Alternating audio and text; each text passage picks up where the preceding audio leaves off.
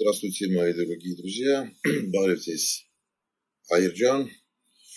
Извиняюсь, что так долго не выходил в эфир. Получил много от вас писем. Спасибо. Всяких сообщений. Кто как мог, откуда мог. Все это через разные концы писали, на мессенджеры и так далее. Было очень много работы, много дел, поэтому вот сейчас выходим в эфир. Большой резонанс наделала встреча, большой шум, резонанс наделала встреча между Николой Пашиняном в Кремле и президентом Российской Федерации Владимиром Владимировичем Путиным. Много разных версий, теорий появилось на эту тему. Но хочу вам сказать, что не все так однозначно. Там есть над чем подумать. И над манипуляциями, которые звучали с обеих сторон.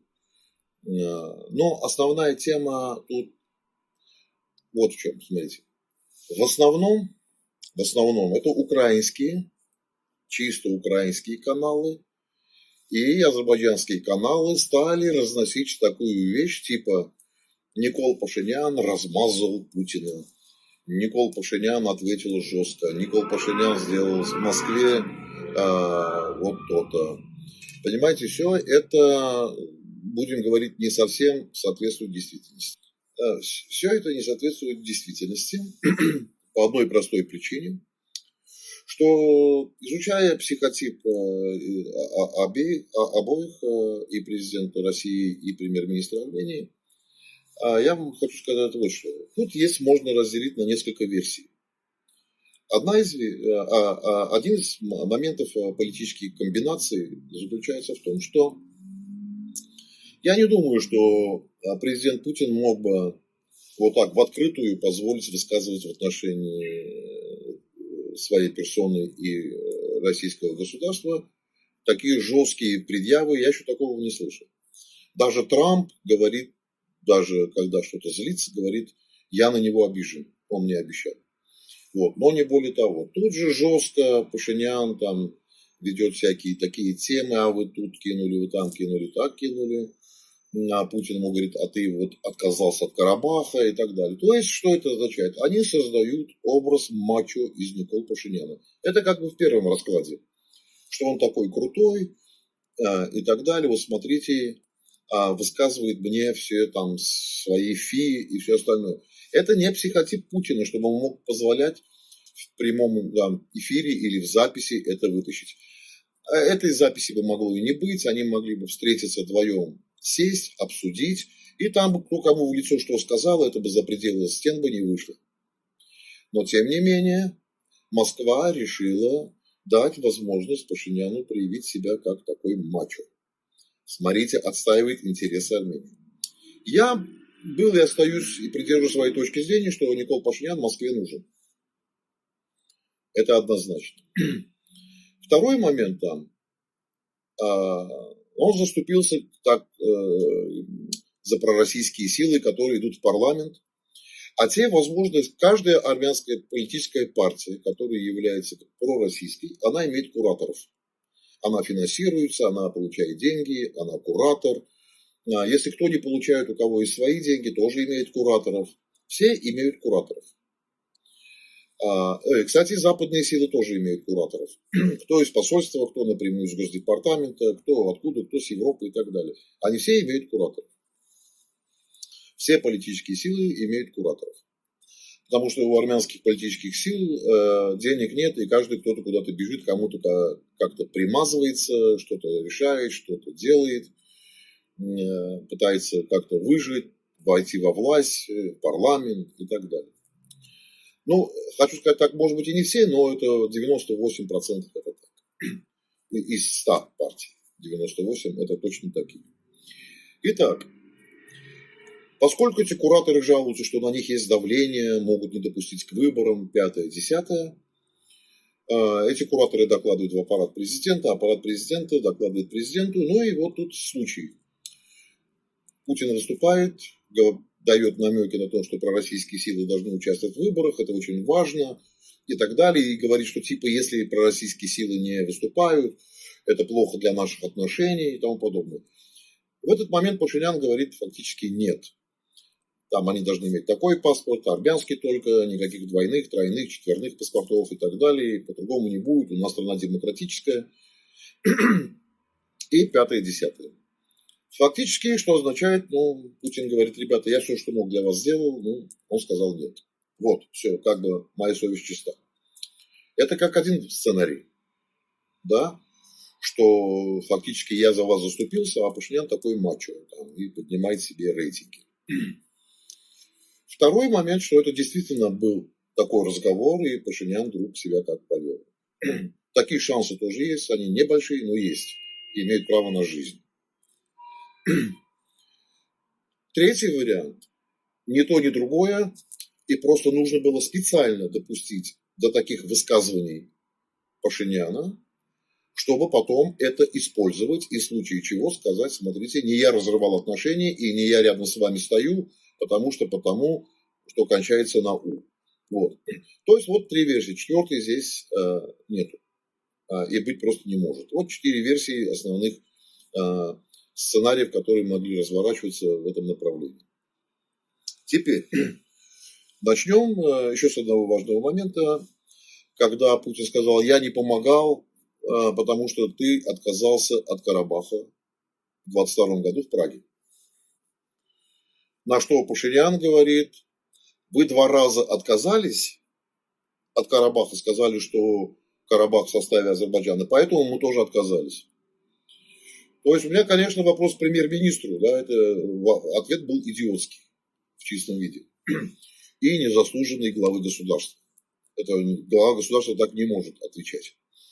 Что значит Путин отказался и сказал, что Карабах в составе Азербайджана, и поэтому вы приняли решение сделать то же самое. А если завтра Путин скажет Турция в составе Армения в составе Турции, Россия скажет, пойдешь, что откажешься от Армении, скажешь, потому что Путин сказал. Какое нам вообще дело, что сказал Путин вообще для нашего армянского государства? Абсолютно плевать. Что скажет Путин, что скажет Трамп, что скажет Эрдоган, Алиев и все остальные. У нас есть свои национальные интересы. И мы должны строить свою внешнюю политику с учетом своих национальных интересов и безопасности государства. Когда нам пытаются в Москве сказать, что вы отказались от Карабаха, поэтому мы и не вступили, да, смотрите, давайте вопрос поднимем в другой плоскости. В 2020 году, войдя на территорию Арцаха, вы заявили, что мы туда пришли надолго, чуть не навсегда, и мы гаранты обеспечения безопасности населения, мы охраняем Лачинский коридор, беспрепятственный проезд и так далее. Потом на ваших глазах происходит продуктовая блокада, потом нападение на Арцах в 2023 году, и на ваших глазах убийства, депортации и так далее, вы говорите, что... А потом вы заявляете, что мы всего лишь наблюдатели, пришли посмотреть. Мы ничего не обещали. Поэтому верить нельзя. В 2020, 2021, 2022 году были удары по территории Республики Армения. Значит, опять полное бездействие. Полное бездействие. Значит, Мария Захарова стала говорить, что мы не знаем, где ваши границы, а с кем вы тогда межгосударственные соглашения, договора подписывали, какое государство вошло в состав, стало членом ОДКБ, ЕАЭС, без границ которых вы не знаете. А в 1991 году мы подписали межгосударственные соглашения, признали друг другу. В рамках каких границ вы признали? До этого вы все признавали, и все было нормально. А в 1922 году вы четко перестали признавать. Я объясню почему. Потому что я вот говорю вам официально. Это не мое аналитическое мнение, это или еще что-то. Аналитическое место всегда имеет быть, но я больше всего основываюсь на том, что я знаю совершенно точно. Россия проводит на территории Южного Кавказа абсолютно протурецкую политику. Соответственно, пророссийские силы, которые сегодня проповедуют, что они хотят идти во власть, они будут проповедовать ту же политику, потому что они будут идти в формате. И, короче, как папа им скажет, так они и сделают. Папа за уши потянет, будут петь так. Поставить на колени, станут на колени. Захочет их изнасиловать, изнасилуют. Поэтому я хочу сказать, что вот я говорю это со светлой Иисусу. Россия на Южном Кавказе проводит протурецкую политику. Чего в принципе недопустимо для нас, как для армян. Это исключено, и мы этого не можем допустить, и этого быть не может. Украинцы и азербайджанцы стали это раскручивать, нагнетать. Пощечина от Пашиняна, жесткое заявление Пашиняна. Послушайте, если вы ничего не соображаете в политике, и это ваше ничего не соображение привело и вашу страну в том числе к таким последствиям, были бы более умными, хитрыми и дипломатами, и не воровали бы, и не грабили, как и Россия сама себя.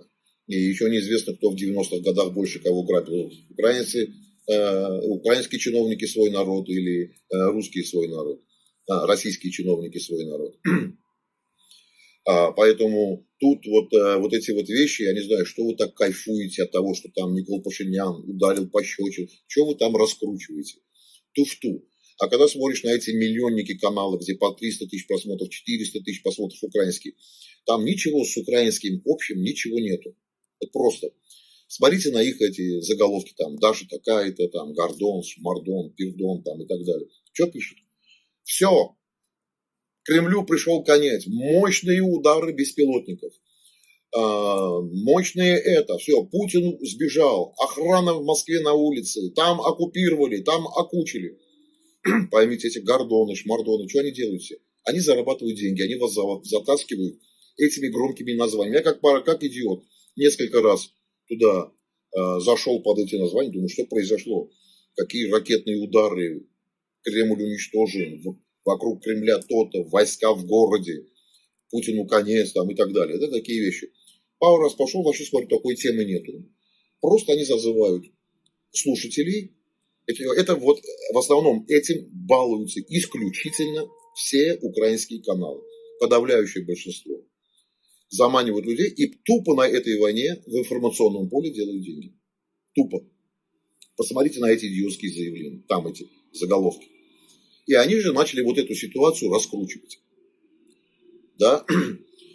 Я уже не говорю, что они никогда... Они либо вызывают к себе в интервью, это 99% всех украинских каналов, 99%, либо всех, либо исключительно азербайджанцев и дают только про азербайджанскую позицию, либо находят ублюдков среди армян, которые дают точно такую же позицию, как азербайджанцы, и оно ничем не отличается. Но это же не так все, ребята, просто. Эти все блогеры, эти все политики в Украине, которые ведут антиармянскую деятельность, забыли, что армянские солдаты сегодня в первых среди всех наций на Украине по числу награждения героев Украины. Во-первых. Во-вторых, вы настолько глуповаты, что даже не соображаете, что для вас эта война то же самое, что была для нас из Карабах. Это два. А третье, мы же тоже не забываем, что до 2020 года вы поставляли в Азербайджан оружие против нас и тоже по некоторым вопросам их инструктировали. И мы тоже не можем забыть, когда вы их поздравляли. Но армяне не поздравляют никого против вас. Да? А вы радовались всегда, когда были удары по Армении, когда у нас погибали женщины и дети. Вы, эти блогеры петушнявые, всегда радовались, что Азербайджан победил, Азербайджан ударил туда, уничтожил это и так далее. Вы, по сути, чем от российских зе-пропагандистов отличаетесь? Ни хрена ничем. Такие же тупоголовые. Абсолютно. И вот эту фигню хватит вам раскручивать. Пашинян ударил пощечину. Никакой пощечины там ничего не было. Я вам все 3 сценария рассказал. И самый большой сценарий – это то, что это был цирк, а вы просто, поскольку не обладаете интеллектом, знаниями, и вы на этот цирк купились.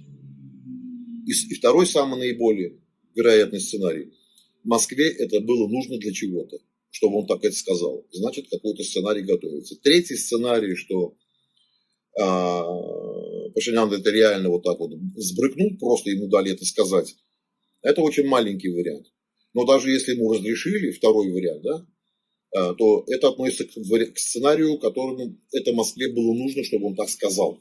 Значит, будут какие-то шаги или действия, и будет чего-то, что потом Москва обвинит Николу Пашиняна, что он типа разорвал все отношения с Россией. Теперь, когда Москва говорит о возрастающей нашей экономике, то, что наш товарооборот между Россией и Арменией, он больше, чем с Азербайджаном. Да, просто Азербайджан в таком объеме не занимается реэкспортом. Если вы посмотрите на графики, мы в конце эфира выставим все 3 графика. Просто в конце эфира выставим там на 1 минуту, чтобы вы могли себе это зафиксировать.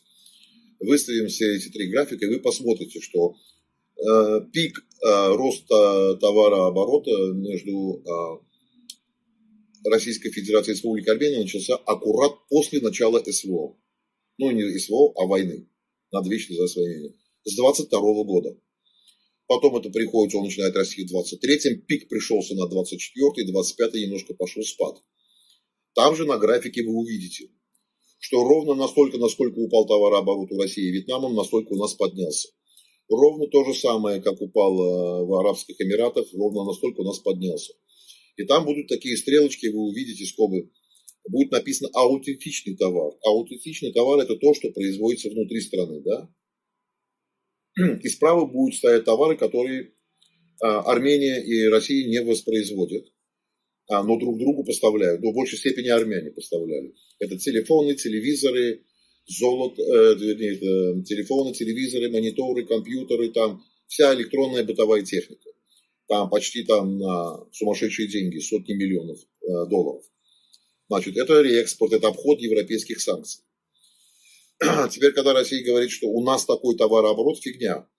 Настоящего товарооборота, идентичного товара между Российской Федерацией и Республикой Армения превышает чуть больше миллиарда. У нас меньше. И когда сейчас Россия ищет альтернативные пути, более безопасные пути, да, сейчас открылись полеты в Сербию там, и другие направления, да, и товарооборот стал падать. Это говорит о том, что все плохо. Не могут быть у нас 6, 7, 8, 9 миллиардов. Там, 24 год был там 14-16 миллиардов, а по закрытым данным секретным 20 миллиардов. Ни в России не выросло производство чего-либо, ни в Армении не выросло чего-либо, ни в России не возросло потребление, ни в Армении не возросло потребление. Мы на 16 миллиардов ничего не можем употребить и купить, а особенно уж там более чем на 6-7 миллиардов долларов золото, алмазы, бриллианты, драгоценные металлы, драгоценные камни и так далее. Это все реэкспорт. И при том, что хочу сказать, что пошлина на золото в Армении 0 там или хотели сделать 0,8, но это грабеж страны. Грабеж. И золото в Армении не является биржевым товаром. Ты просто заявил цену, ты его вывез. Хотя этот товар должен быть биржевым. Почему? Если цена на бирже, скажем, $4000 унция, то вы можете подписать контракт с кем-нибудь за 2,5 или $3000 унция, а подписать доп. Соглашение там и сделать его там 3600, 3500, то есть на $500 на унцию это немало. И деньги остальные левые осядут там. А поскольку пошлины нет, или она очень мизерная, я просто не смотрел в последнее время за этот год, то что происходит? Если бы была бы пошлина хотя бы 10-15%, и мы там на миллиарды долларов продавали бы это золото, которое проходит через Армению, и там была бы хотя бы пошлина 10%, тогда бы в таможне сказали, ты там почем хочешь продавай, но пошлину ты будешь платить по биржевой цене. Если там $4000 унция, с тебя 10% с миллиарда, это 100 миллионов. С 7 миллиардов, 700 миллионов. Это те деньги, которые не достают ни пенсионерам, чтобы поднять достаточно серьезно пенсию, ни сделать медицину бесплатной, ни образование. Этих денег было бы, хватило бы на многое-многое чего другое, и в том числе бы на вооруженные силы и на безопасность страны. И на детские пособия, и на все остальное. Но я уверен, поскольку нету пошлины, поскольку это товар не биржевой, они проходят таможню, деньги оседают у определенной группы лиц. которые в том числе аффилированы с российским правительством и с российским бизнесом. Поэтому, когда Москва нам говорит, что без нас пропадете, без нас умрете и так далее, все это фуфло. Это ничего не соответствует никакой действительности. Да? И главное, нужно понимать, почему все-таки в 2020 году произошла война. Украинцы до сегодняшнего дня не поняли. До сегодняшнего дня. И то, что вы сегодня сопротивляетесь, и у вас еще не похоронили, это в том числе, потому что наш солдат не дал азербайджанским вооруженным силам пробить коридор в Сюнике на юге Армении и воссоединить Азербайджан с Турцией. Сейчас скажете, при чем тут наша война и воссоединение Азербайджана с Турцией, я вам скажу. Потому что эта дорога шла бы из России в Азербайджан, из Азербайджана в Армению, из Армении в Нахичевань, оттуда в Турцию. И условия стояли неконтролируемые потоки грузов. Мы бы не знали, что идет оттуда и что идет туда. Поскольку все маршруты, логистические пути, торговые пути для Российской Федерации, все закрыто, они крайне остро нуждаются в этой дороге. И после этого, после встречи с Пашиняном, Россельхознадзор делает заявление, что товары армянские не соответствуют качеству, заявленным требованиям импортера. Дальше утром выходит статья вице-премьера Аверчука, который является активным турецким лоббистом и постоянно орет про эту дорогу. Я не знаю, как он еще не похудел с этой дорогой. Значит, он уже в открытую, они уже устали ждать. В 2020 году пробить дорогу в Сюник не получилось, наши войска остановили. А если бы наши войска эту дорогу бы не остановили, я говорю украинцам, что ваша война бы давно уже закончилась. Потому что все, что было необходимо получать, пошло в оттуда. Поэтому дальше можете продолжать орать, рожать, кричать, там, что хотите делать. Третье. Значит, самое главное необходимо понимать, что война в Арцахе началась не за Арцах и не за Карабах. Были договоренности между Азербайджаном, Россией и Турцией о том, что в случае победы и успеха прорыва Сюникского коридора, так азербайджанцы его называют Зангизур, думают, что это азербайджанское название, в реальности это армянское слово. Если они пробьют коридор этой войной, то все, это было планирование перед войной в Украине. Это нужно понимать украинцам. Нужно понимать. Поэтому в 2020 году дорога не получилось пробить эту дорогу, и появился 9-й пункт. 9-й пункт это тоже коридор, только слова коридор нету, но он становится, если мы не контролируем эту дорогу, он становится экстерриториальным. Вы думаете, дорога ТРИП, которая Трамп осуществляет, это реально дорога американцев, да? Вы так реально идиоты думаете, что это те, кто так думает, что это дорога Трампа, ни хрена подобного. Эта дорога делается в интересах Трампа для Москвы. И вы там, балбесы, тоже должны, эти блогеры в Украине, тоже должны понимать, и не только они. Значит, эта дорога ТРИП делается не для того, чтобы помешать России. Азербайджан не сумеет, как только будет открыта дорога ТРИП, Азербайджан не сумеет помешать и не захочет мешать, он будет с ними. Азербайджан до сих пор торгует с Россией. И даже в том числе санкционным, то, что можно и чего нельзя тоже. Вот. Шлагбаум никто перед Россией не поставит. Товары будут идти из России и в Россию. Но мы, как государство, как нация, не должны позволять этому произойти. Более того, Аверчук говорит, что он уже стал адвокатом Азербайджана. Азербайджан должен беспрепятственно проезжать на территорию Нахичевани через Армению. Послушайте, господин Аверчук, займитесь своей территорией. Вы там уже на Дальнем Востоке мало чего контролируете, у вас все Китай забирает, и скоро вообще все заберет.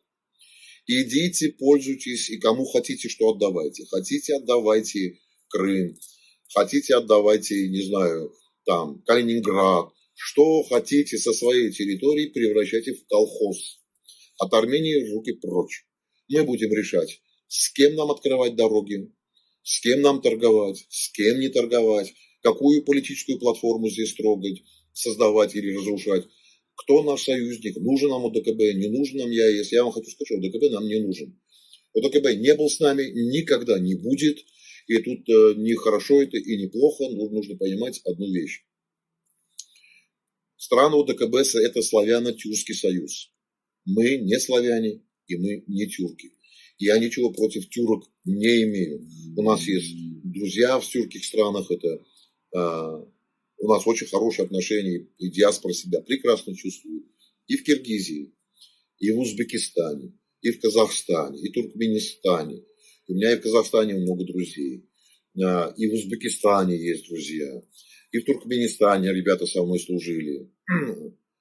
Хочу им услышать, они там, некоторые мне пишут до сих пор там, салам, Кардаш. Вот, значит, многие пишут, кто меня знает из Казахстана и так далее. В Таджикистане наши друзья, братья.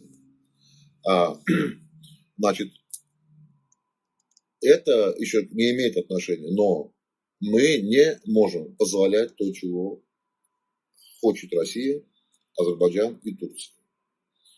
И этого не будет. Я поражаюсь, когда в Украине так мечтают, чтобы мы открыли дорогу в Нахчевань. Это надо быть такими идиотами или настолько купленными и продажными даже против своего государства, чтобы эти темы вообще просто поднимать в антиармянской сфере.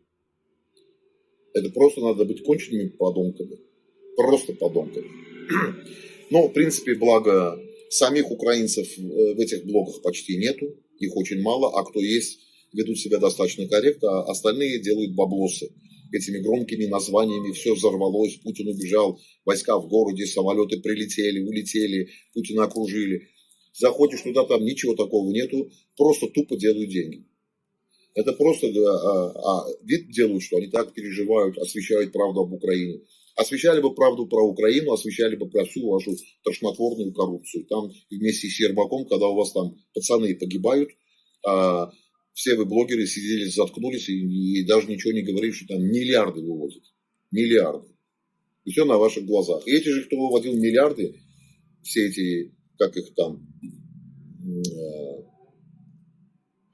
Ермаки, там, Умаровы, там, и все остальное. Вам они тоже отстегивали, это тоже знаем. Поэтому сидите там, не рыпайтесь. И ни свой нос в армянские дела и в этот регион не засовывайте абсолютно. Я вот предупреждаю серьезно. Еще раз начнете эти антиармянские движения по Украине, вы даже не представляете, какое масс-медиа мы обрушим вас по всему миру, используя все наши диаспоральные возможности. А в Европе наши диаспоральные возможности в Соединенных Штатах в десятки раз, в сотни раз больше, чем у вас. Десятки, сотни раз. Еще. Я уже вот так смотрю, мне уже все эти ваши гнилые движения просто надоели. Я еще раз вам говорю.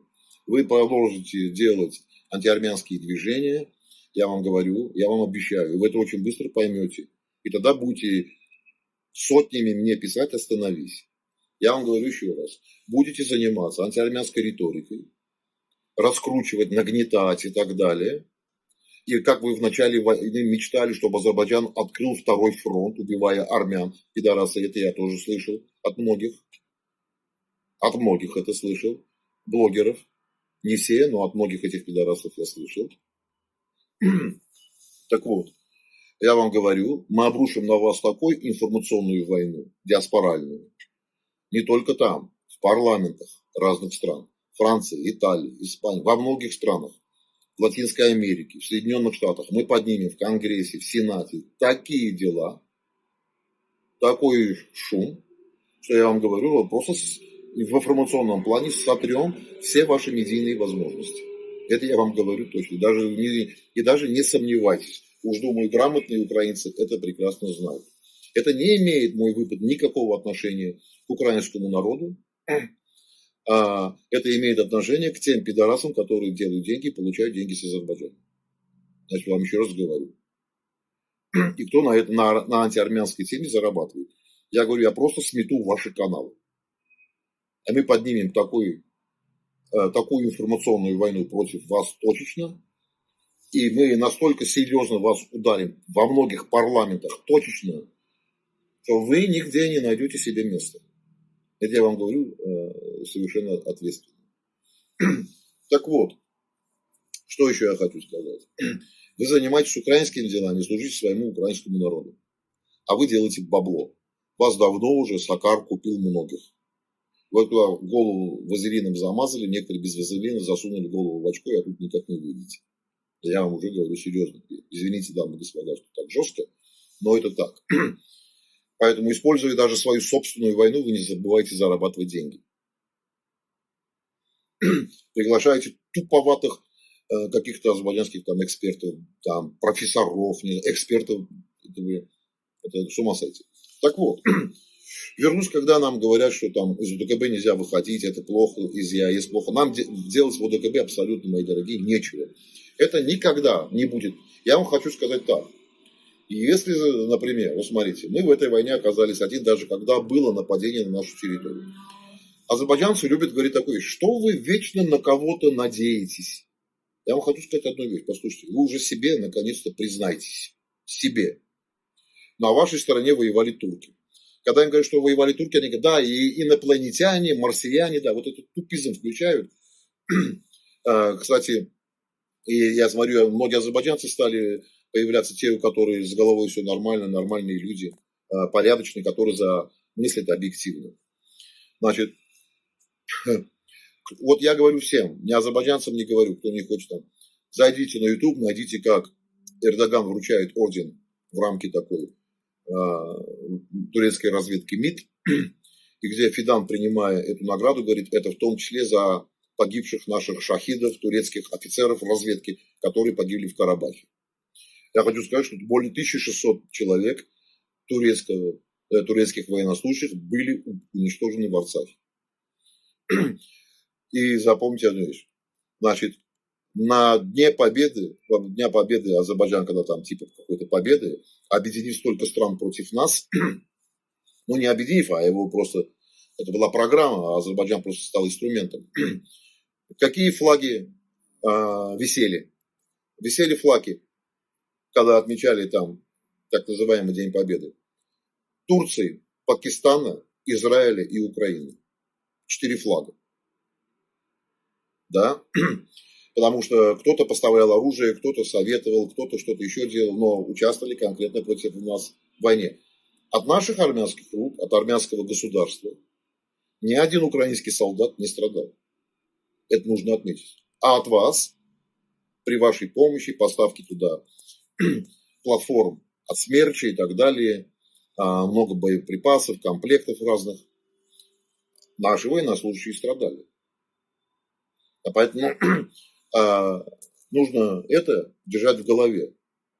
Армения в скором времени не будет Арменией Никол Пашиняна. Армения будет совершенно другой. Это будет совершенно другое государство, развитое технологически в военном плане, очень сильно, и дипломатически. И мы используем все наши возможности по всему миру и наш авторитет как нации. И тогда вам надо сейчас об этом думать. И не нужно уповать на то, что такая сильная армия. Любую сильную армию можно дипломатически уничтожить. Особенно находясь, с одной стороны, на границе с Россией, с другой стороны, находясь на границе с Европой, где мы, как нация, имеем гораздо большее влияние диаспоральное, чем все остальное.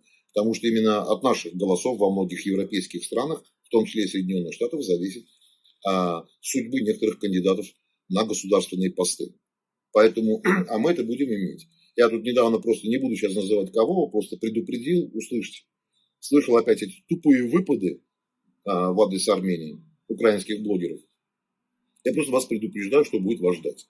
Это я вам говорю на полном серьезе. Итак, поэтому тут нужно понять одну вещь, что война в 2020 году, это была война не за Арцах, а война была за дорогу, соединяющую Азербайджан с Турцией до Центральной и Средней Азии. Вернее, от Турции через нас, Азербайджан и Центральной и Средней Азии до китайской границы. А потом создадутся проблемы для Китая.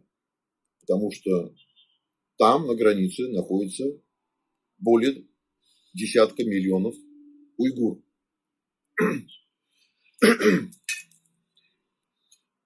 которые тюркоговорящие.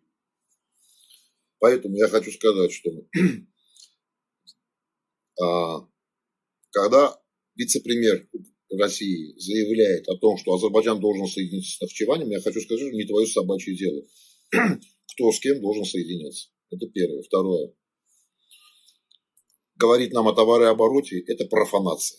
Полная профанация в чистом виде. Товарооборот начал расти с 2022 года. Что портит наши макроэкономические показатели. Третье. Пугать нас там подъемом цен на газ тоже не нужно.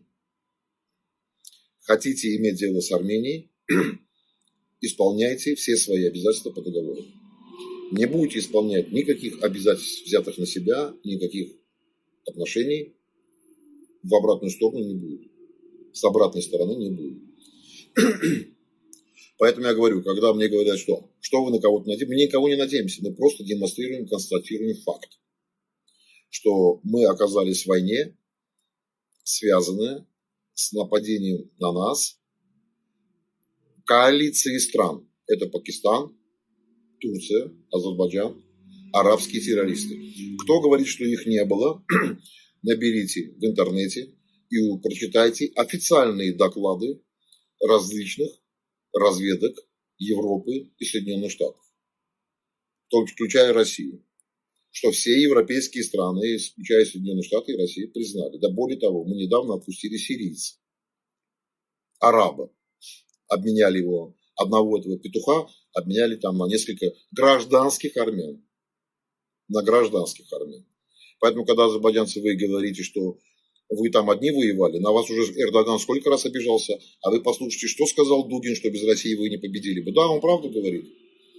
То, что в организации войны в 2020 году за этой войной против нас стояла в том числе и Россия, это факт. И тут нету ничего антироссийского. Русский народ к этому отношения не имеет. Русский народ сами их гнобят, все отключают, зажимают, скот уничтожают, заставляют выживать.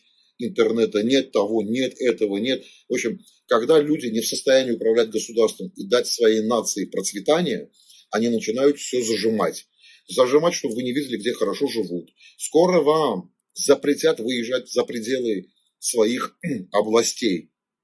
Будь как в Советском Союзе. Куда не приехал, 2 дня регистрации. Куда не приехал, 2 дня регистрации.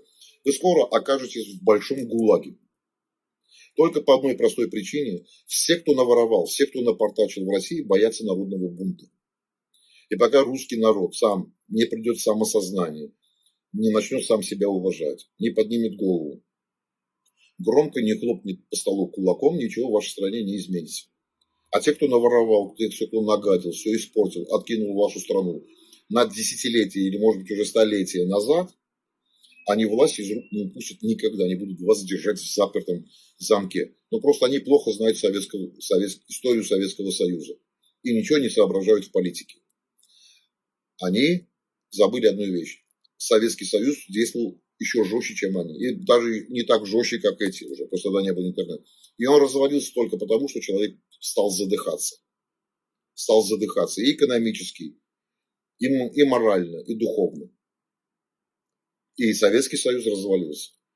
Если в Кремле решили идти этим путем, они к этому пути придут. Это уже сейчас видно. Что каждый день делают все, чтобы просто в России люди восстали и взяли ломы и лопаты в руки. Это к этому идет. И я думаю, что это делается специально и целенаправленно. Поэтому я еще говорю, не надо, мы не хотим, чтобы русский человек за нас воевал. Нам этого не надо. Мы не хотим, чтобы за нас кто-то воевал. Но если есть у кого-то друг перед другом обязательства, выполняйте. Вот Турция может себя называть союзником. И то у него были интересы. Он не просто так делал. Он делал, но он все равно союзник. Россию назвать союзником нельзя. Нельзя. Я вам хочу сказать в открытую, мне тут стесняться нечего.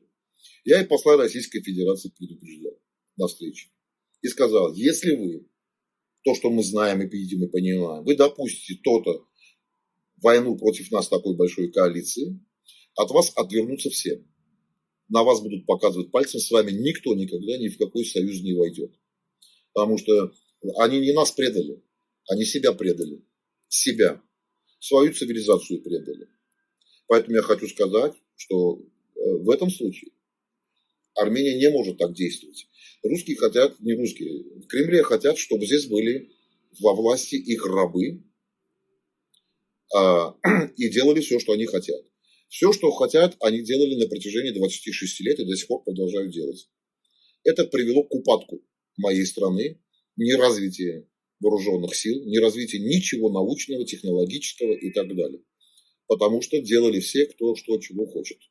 Поэтому я хочу сказать, Армения будет развиваться так, как считает нужным, пугать нас не нужно. Если нужно будет умереть стоя, умрем стоя, но не на коленях точно. На этом все. И в конце мы вам выступим эти графики, чтобы вы видели, с какого момента начала развиваться большая торговая эпопея между Республикой Армения и Россией, и чтобы все вы четко увидели, что это не рост экономики товарооборота между нами, это обходы санкций по многим и многим другим направлениям. Армянин как ел, грубо говоря, на $1000 в месяц, так и продолжает есть. И то, что стали друг другу продавать на десятки миллиардов, это не означает, что армяне стали лучше жить или больше есть. И то же самое в России.